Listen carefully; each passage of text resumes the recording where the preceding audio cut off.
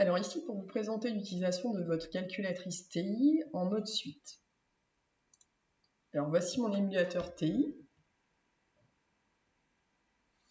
Vous pouvez voir que pour accéder à cet écran, j'ai utilisé le mode. Donc en appuyant sur cette touche-là, on voit apparaître donc la possibilité de changer par exemple les nombres et dépassants d'écriture scientifique, de changer les degrés en radians ou le contraire. Et on peut également changer tout ce qui va concerner le mode fonction. Jusqu'à présent, je pense que vous étiez en mode fonction et je viens de basculer moi en mode suite puisque je vais chercher à obtenir un tableau de valeur pour cette suite-là dans votre feuille de TP. Donc, pour pouvoir le changer, je suis allé sur suite et j'ai sélectionné en faisant entrée. Alors j'efface d'abord tout ça. Donc vous allez voir apparaître l'historique des touches ici. Donc là j'ai fait mode. Et ensuite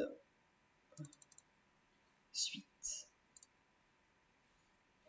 Et une fois que j'ai ça, ça veut dire que je vais pouvoir gérer mon mode fonction comme vous le connaissiez auparavant en écrivant des écritures sous forme de suite, c'est-à-dire de variables petit n. Donc quand je suis allé dans f de x, vous voyez qu'ici l'écran a complètement changé par rapport à ce que vous connaissiez. Une valeur est déjà mise ici qui correspondrait à notre n minimum, c'est-à-dire la première valeur pour laquelle un peut être calculé. Alors cette valeur est parfois à changer, ça va dépendre des exercices. Un ici on écrira l'expression de la suite et parfois on aura à remplir un minimum, ça dépendra de la nature de la suite que l'on manipule. Alors pour pouvoir compléter ça, il faut que je me reporte à ma feuille et ici c'est un égale à 1 sur n.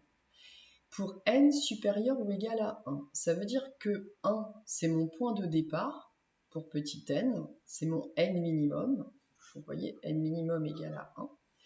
Et l'expression de ma suite, c'est 1 sur n. La suite étant dite explicite, ici, je n'ai pas besoin de remplir un minimum. Alors, je reviens là-dessus.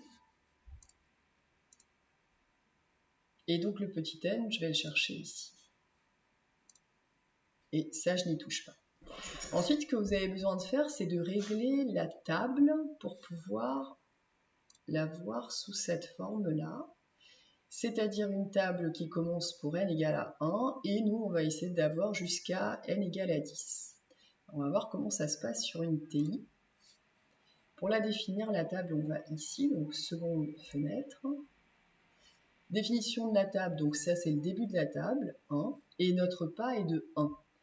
Sur les TI, contrairement au Casio ou au Numworks, on n'a pas de fin. Donc on implémente seulement le début de la table et le pas. Et ensuite, on demande la table. Et on peut comparer les valeurs avec celles qui sont affichées ici pour vérifier que c'est correct. Ensuite, on va chercher à visualiser le nuage de points obtenu à partir du tableau. Alors pour cela, on demande le graphe. Et selon comment est programmée déjà votre calculatrice, on ne va pas avoir le même dessin. Alors il va falloir, pour avoir le même dessin, aller choisir dans Fenêtre quelque chose qui soit commun à ma calculatrice et à la vôtre. N minimum, on laisse à 1, comme c'était programmé dans f de x. N maximum, on laisse à 10. Et je continue. En fait, la raison pour laquelle on n'arrive pas à correctement voir le nuage de points, c'est ici. Alors, x minimum, x maximum, je vais le laisser comme c'est d'habitude, c'est-à-dire moins 10, 10. Ah.